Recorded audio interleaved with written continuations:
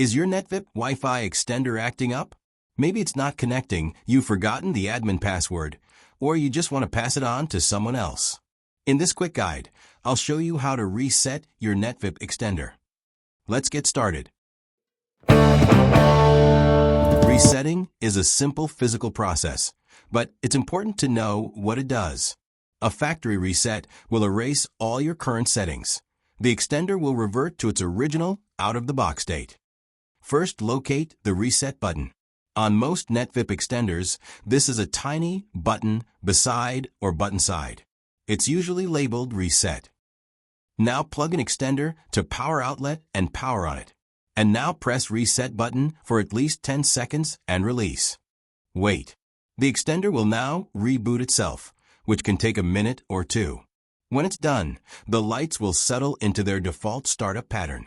Set up it again. And that's it. You've successfully reset your Netvip extender. If this guide helped you, don't forget to like, share, and subscribe channel to get more tech guide. Thanks for watching.